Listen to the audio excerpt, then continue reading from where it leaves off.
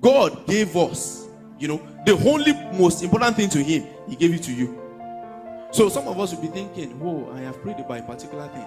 The answer hasn't come, but he has given you the most important thing. He cannot withhold any other thing from you.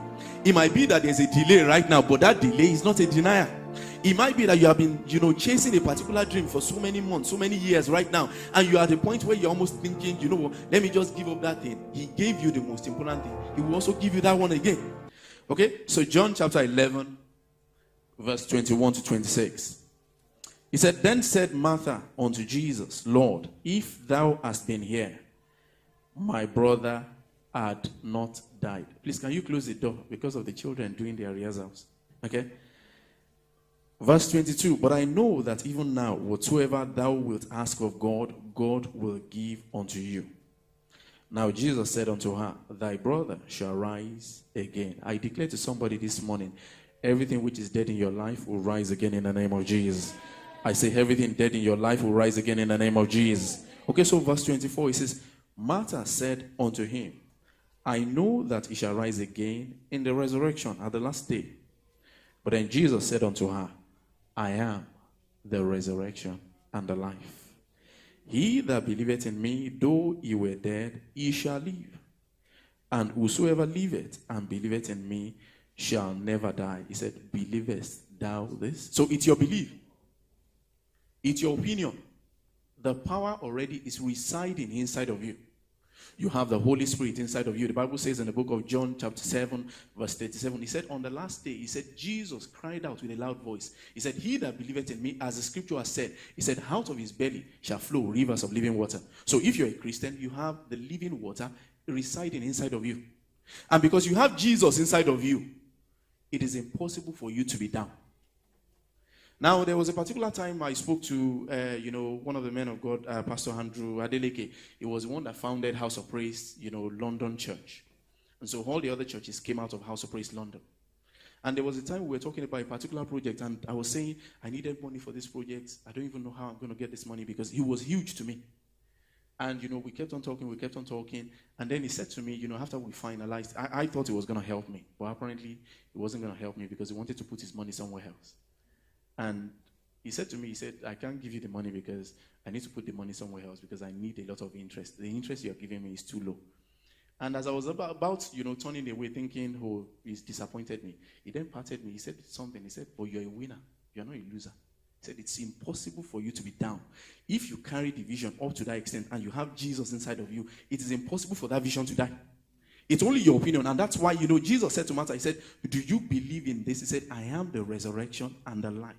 He said, if you believe in this, have I not told you, you will see the glory of God. And so there are some of us, that might be here right now, that certain things, they've just gone into dormancy in our life. But you see, the significance of the resurrection is that Jesus lives in you, and it's impossible for you to be down. Is somebody with me this morning? I want you to declare with me, it is impossible for me to be down. It is impossible for me to be down because Jesus lives inside of me. I want you to turn to your neighbor and pat them, gently and tell them, neighbor, it is impossible for you to be down because the resurrection power of Jesus Christ lives inside of you. Believest thou this? So we say King James in English. Hallelujah. Okay, so let's go to another scripture. 1 Corinthians chapter 15. It is impossible for you to be down. Jesus said, he said, I am the way, the truth, and the life. If he's the door, it cannot be blocked up. And the door lives inside of you. The door is your brother. The door is your king. The door is your dependent. 1 Corinthians chapter 15. Verse 12 to 17. Are you there?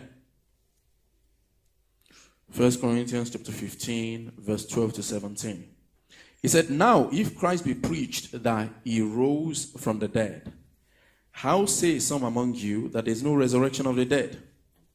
But if there be no resurrection of the dead, then is Christ not risen? And if Christ is not risen, then is our preaching in vain, and then your faith is also in vain. It says, yes, and we are also found false witnesses of God, because we have testified of God that he raised up Christ, whom he didn't raise up, actually. If so be that the dead riseth not, for if the dead rise not, then is not Christ raised. And if Christ is not raised, your faith is in vain. Can I tell you this, that this resurrection that we're talking about is key to what you believe? If Jesus did not resurrect from the dead, that means we're only gathered here. It's another religion. We're wasting our time. Somebody went to saw, another person one time, and he was saying, what's the difference between Christianity and other religion? And this man paused and he said, do you know the major difference between Christianity and other religion? He said, it's the fact that Jesus Christ died, but he rose again. Muhammad died, they know the tomb. All the other people who did Hinduism and whatever, they know their gravesite. But the gravesite of Jesus died, and then he rose up again from the dead. So that's the difference. You can find in other religions that some people at times, they concoct miracles. Even people who do diabolical things, they do miracles. So you can say, oh yeah, Christianity, there's miracle. But also in other religions, there can be miracle. But the difference is the fact that Jesus was the only person, the first person, the last person to die, and then he rose again from the dead. Death couldn't hold him down. It was impossible. When you read the book of John 10, he said, I laid it down of my own volition. He said, I also have the power to take it again myself. How can you say that somebody dies and then you have the power to resurrect? That is Jesus. He's the only one like that. And it's because we have that eternal life inside of us. That's why it's possible, for us. That's why he said in there, he said, if you believe in me, he said, if you live, you can die and then you resurrect. He said, if you are alive, he said, you never die. Why? Because you have the eternal life of God. Your spirit never dies. Your physical body might die, but your spirit never dies. Oh, I love this, I share it all the time. I share it that, in the place of the spirit, there's no barrier. When we leave this body, because there's no distance in the place of the spirit, we will just be, you can just go like 180,000 miles, just like that, in a second. You can be here in the UK right now, and then the next second, you are in Nigeria. Because that's how it is in the place of the spirit. There's no barrier at all. Now, so many people, they lost, relatives in the Malaysian tragedy that happened. And so many people have been like, okay, they haven't even found the plane, even up till now. But do you know that the people who are Christians in that particular jet, the moment maybe the jet hit the water and then they drowned, within a few seconds, they're out of the body. They might suffer maybe some inconvenience, but the moment they're out of the body, their spirit will probably hover a little while and then they're off. So right now, they are off to a better place. If they are Christians, it's only people who are non-Christians. There is no hope for them. And so we have a hope which transcends here. Why? Because, we are believers. We have the life of God inside of us. And whether we live here for 80 years, whether we live here for 100 years, it's only a preparation of an eternity which is a trillion years from now. And that's why it's important for us to consider, how we live life here. Because what we're doing right now, it's only a preparation for the life afterward. Is somebody with me this morning?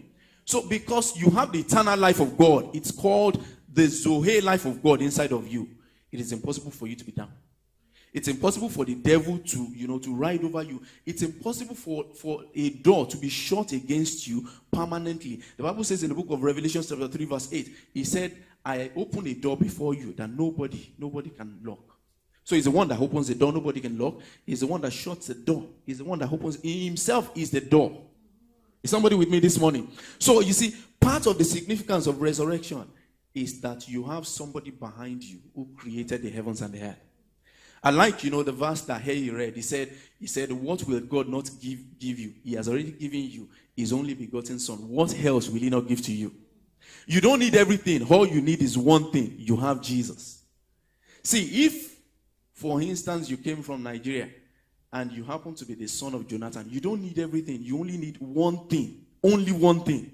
Only one thing. One thing is needful. You have that one thing that has every other thing. That one thing that you have can give you life.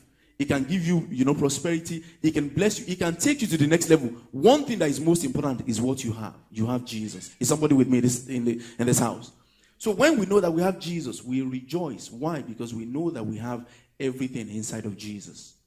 There was a particular man of God. He shared this testimony. He said he had a Mercedes Benz. He was living in Ibadan. And then he said he wanted to go somewhere, and then his Mercedes Benz broke down. And he was thinking, how will he go to this place? So he met his father-in-law. And then when he met his father-in-law said, oh, Femi, how are you going for that meeting? He said, I don't even know because my Mercedes broke down. And then the father-in-law said, oh, come and take my own car. He said, Daddy, how can I come and take your own car? What will people say that I'm taking the car of my father-in-law? And then the man patted him and said, you are a silly boy. Look at you. When you came to my house to ask for my daughter, you were not shivering. The only daughter that I have, you had the boldness, you had the courage to come in and say, Daddy, I'm marrying this child. Now you are afraid to ask me for my car. Which one is more important, out of my car or my daughter? If I can give you my daughter, is it not possible for me to give you? In fact, you have taken everything already. It's the same thing with God. The Bible says that God gave us, the only most important thing to him, he gave it to you. So some of us will be thinking, oh, I have prayed about a particular thing. The answer hasn't come, but he has given you the most important thing. He cannot withhold any other thing from you. It might be that there's a delay right now, but that delay is not a denial. It might be that you have been, chasing a particular dream for so many months, so many years right now, and you are at the point where you're almost thinking, let me just give up that thing. He gave you the most important thing. He will also give you that one again. You might be thinking, oh, things are not working right now, but you see, the one that created the heavens and the earth is behind you. Somebody with me this morning, I want you to declare to your neighbor who is seated by you that the one who created the heavens and the earth is behind you. So you don't have to fear. Hallelujah. Okay, so let me just give us a few points this morning. You see, today is not a day of preaching. Today is just a day of encouraging ourselves and the Lord, knowing that, we are of most men blessed. Why? Because we have Jesus inside of us. Now, let me tell you this. The fact that you are a believer is not a mistake.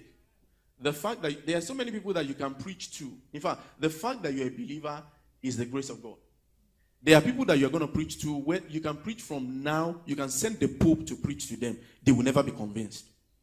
Do you know that some of the things that we believe in Christianity is, if you subject it to science, is funny. Like, let me digress a little bit. There was a particular time that somebody, one black African was preaching in this country. And then he saw this white boy and said, do you believe in Jesus? And then the boy said, I don't believe in that crap. And then the man said, why don't you believe in the crap? And the little boy, Caucasian boy, white boy, he said, some of the stories are stupid. He said, for instance, you say that God destroyed everything and then asked Noah to put all the animals, 2 animals. And then Noah went into the bush and got every 2. He was able to convince all the animals, every one of them, and said, you, come after me. You, lion, come after me. You, goat, come after me. You, crocodile. And they followed him just like that. And then he got 2 of them into the sheep. And then God destroyed everything. And then everything started from there. And then you tell stories like Adam and Eve, God created everything and said, you can eat everything, but don't eat, this fruit or apple, as some people will say. But, the Bible doesn't say apple. And then you are telling me that a serpent that cannot talk, went to Eve and said, God is lying, and then cajoled and deceived Eve, and she too was deceived. He said some of the stories, and when you subject some of these things, really, it doesn't really make sense. It doesn't really make sense. You can go on and on like that. Okay, that Jesus came, he was, the Son of God. God doesn't have a wife, yet he has a son. How come he has a son? And then the son came, and then he said, I am the Son of God, and then he allowed himself to die, and then some people came with one cock and bull story and said he has resurrected, and we don't even know, and he has gone now, and they are saying that he's going to come in 2,000 years time, in so many years time, and this is 2,000 years after he died. You see, when you subject some of these things, it seems like it is not true. But you see, at the same time, we believe in our heart. We pray for people. We see God move in their lives. We cannot prove it by science, but yet we know that God exists. Hallelujah. If you want to prove it by science, you will never be able to prove it. You cannot prove it by science that God exists. Yes, yet we know that God exists. Just the same way that you can't see the wind, yet the wind exists. There are certain times that it doesn't necessarily mean that because you can't see them, they don't exist, yet they still exist. So we know that God moves in the affairs of men. So the person was saying, look, I don't believe in all this bull and cock story. So there are people that you are going to preach to from now till eternity, they will never become a Christian. Yet somebody came to you and said, do you know that Jesus died for you? Do you know that Jesus resurrected for you? Do you know that Jesus loves you? And at the end of the day, you said, yes, I believe. And then they said, do you want to give your life to Jesus? You said, oh, yes. Do you know the reason why you were able to do that? Because from the foundation of the world, God has set you apart. It is not that you want to believe it. It's because God has chosen you to be in the adopted, in the beloved. So it's not because of you, but because you are part of the people that he predestined from the foundation of the world. And so when you look at yourself, you know that I'm blessed. Not only blessed on air, but I'm blessed in my next future. Hallelujah. Somebody with me this morning?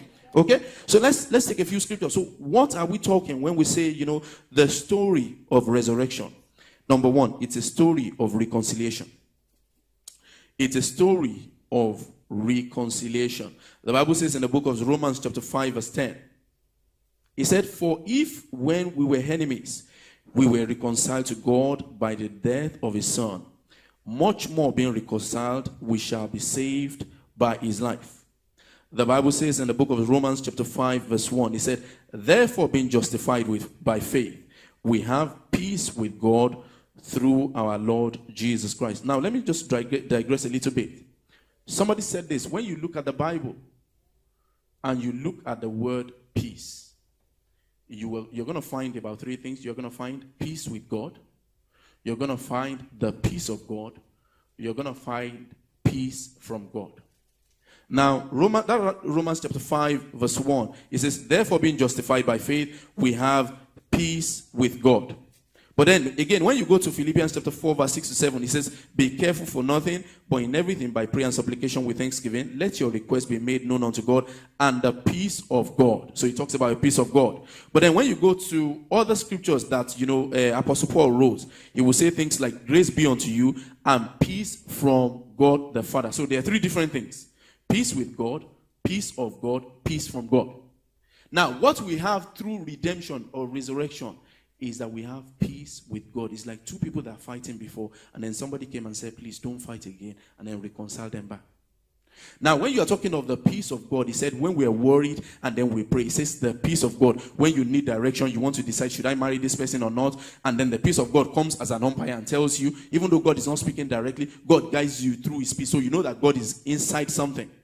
But then what about the peace from God? The peace from God is like the fruit of the Spirit. The peace from God, you see, comes to you most of the time. And as you read the word, as you pray, grace and peace are multiplied unto you. So you have three different things. But when we're talking about the Resurrection Sunday, we're saying before we were alienated from God, before we were separated from God, before we were heading for hell, but all of a sudden somebody decided to come and say, please don't fight again. Please, I'm laying down my life. What Jesus did was this. Let me tell you what Jesus did. God is the judge, and God had rules. So if a soul sins, there has to be death, there has to be punishment. If there's no punishment, then it's possible for the devil or somebody to accuse God and say, you are not fair. So as far as there are rules, there has to be a punishment for those rules. But you see, it's like you are the son of somebody, and then say you are the son of a president, and then you go and steal. And the rules has to be obeyed. So somebody has to go to prison. And then the president thinks, if I cancel the rules, then my opposition will say I'm not a good president because I then bend the rules because of my son. And then the president say, okay, you know what? Maybe they take the case to court. And then they say they're sending the son of the president to prison. And the president comes to court himself and say, you know what? I won't allow my son to go to prison. I will go to prison so that we're not bending the rules, but somebody had to pay for it. So basically, in the heights of justice, what Jesus did was just was saying, let's not cancel the rules, because then it's like we're bending the rules. We already have rules. A soul that sin must die. You know what? Instead of this person dying, what I'm going to do is I am going to take the punishment. So basically, what he did was he took the punishment. There's another story. Let me tell you this other story. There's this other story, that happened in Nigeria, and I'm told about it. There was this particular man who was owing a chief a lot of money. And then apparently the chief took the person to the court, to the traditional court. So everybody met, and then they said, okay, this person, what are we going to do now? And then they decided that, okay, what is going to happen is we're going to send this person to prison. But unknown to the guy who owed money, he had, an uncle who was abroad. And then the uncle came around us at that time. And then the uncle was told that this your nephew is going to go to prison, this is going to happen, this is going to happen, this is going to happen. And then the uncle came when they were deciding and said, okay. And then listened to all the proceeding. And then as they were going to sentence the guy, he then lifted up his hand. He said, can I speak? He said, okay, speak. He said, this is my nephew. He said, we haven't met for so many years. He said, but we agree that he's actually owing everything that you said he owes. He said, but is it possible for somebody to pay on their behalf? And then the judge said, yeah, somebody can pay. And then he decided to bring out all the money and said, it's paid for in full. Then when they left the proceeding, apparently the person who gave the money out was not very happy because he wanted that person to be punished. And then, he screamed. He said, you are just a thief only. Is it not somebody that paid for you? And the person who was owing said, I don't have to exchange any words with you. Whether I paid for it, whether I did not pay for it, somebody paid for me.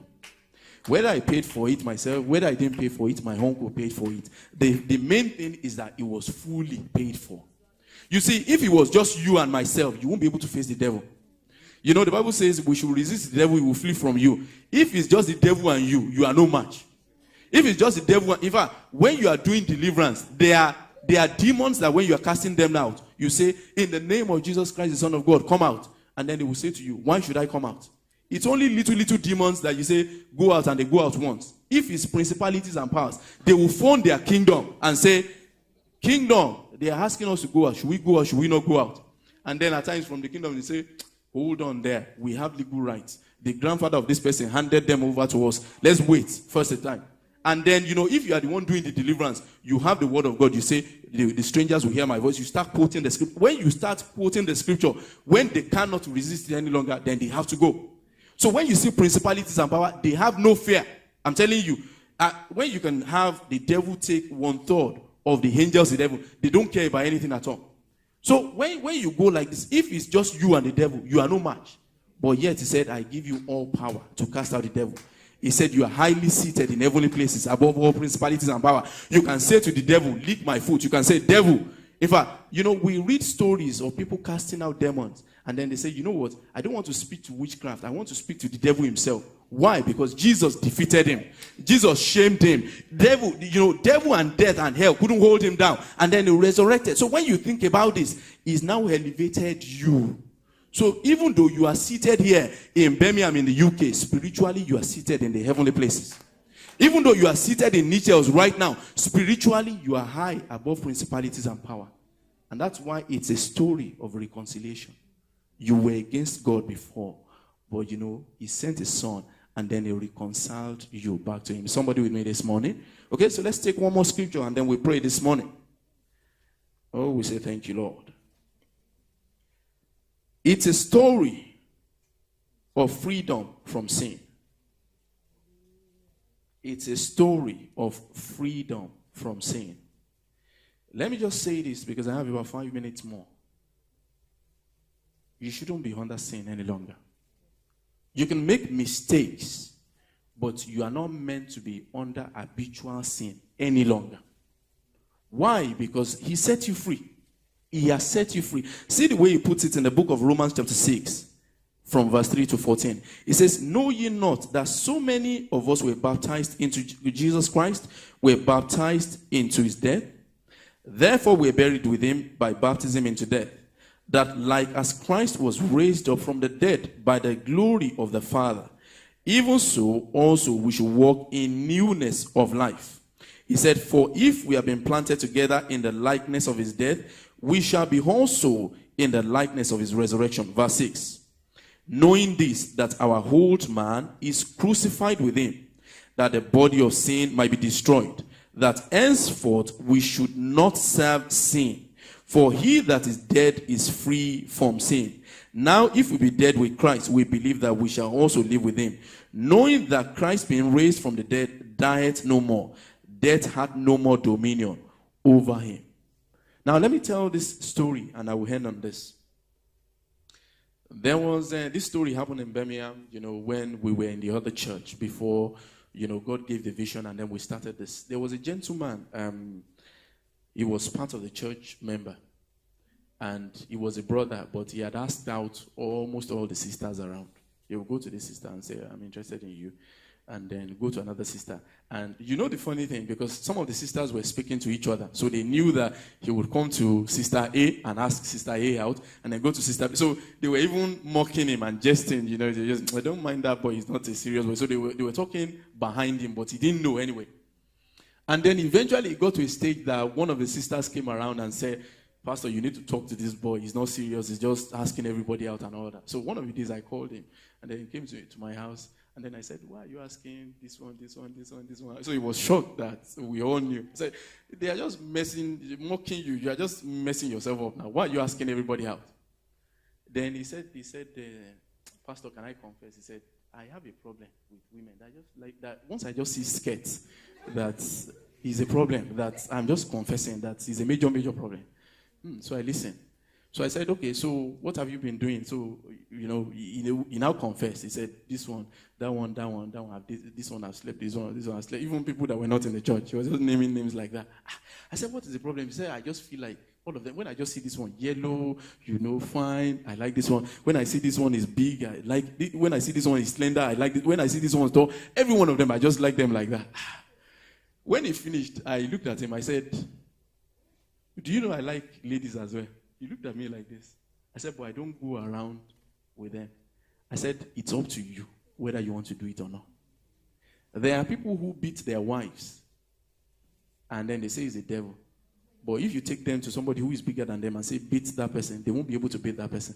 I said, it's up to you because Jesus is done everything he's going to do. It's up to you. You have that willpower to stop it. I said, do you know that it's not like every other person doesn't get tempted? I said, when I was in the university, we had one spiritual brother like that. And then he would say to us, he says, before any one of us got engaged, he would say, I like roborostic and botominus. Excuse my language. Now, roborostic and botominus means somebody that has all the curves, figure eights, botominus, and then roborostic like that. And this was a spiritual guy. And one of the days he was saying, he said, I wish that we were living in the dispensation of David, that God would have allowed us to have like 20 wives. I said, but we are not in this dispensation any longer. He said, but what can we do now? If we want to serve God, we just have to abide by it. Now, he decided to abide because it's up to him to abide. Now, when we sin or we are living in habitual sin, we say we are struggling. Yeah, you are struggling with it, but there's grace for you to live above that particular sin. You don't want to destroy your destiny because of a particular thing. You're saying you are struggling. Whatever you are struggling with, there is grace to live over that particular sin. So you see, the story of resurrection is a story that says you don't have to live under sin again. Jesus has died, he's paid the price. All you need to do is receive grace and live that particular thing. Hallelujah. Somebody with me this morning? I just want us to rise to our faith. You see, our time is gone. I just want you to take some time and just give him praise and just say, Lord, I thank you. Lord, I thank you. Lord, I thank you. Lord, I thank you. Lord, I thank you for coming down to this earth and dying for me. Lord, I give you praise. Oh, Lord, I give you praise. Lord, I give you praise. Lord, I give you praise. Just go ahead and give him praise this morning. Go ahead and give him praise. Go ahead and give him praise. Go ahead and give him praise. Say thank you, Lord. Just thank him anyhow. Just thank him anyhow. Just thank him anyhow. Just thank him anyhow. Just thank him anyhow. The Bible says, if he gave his only begotten son, how much more will he give anything unto you? Anything. You don't want to give up on God right now. Why? Because he's paid the price for you.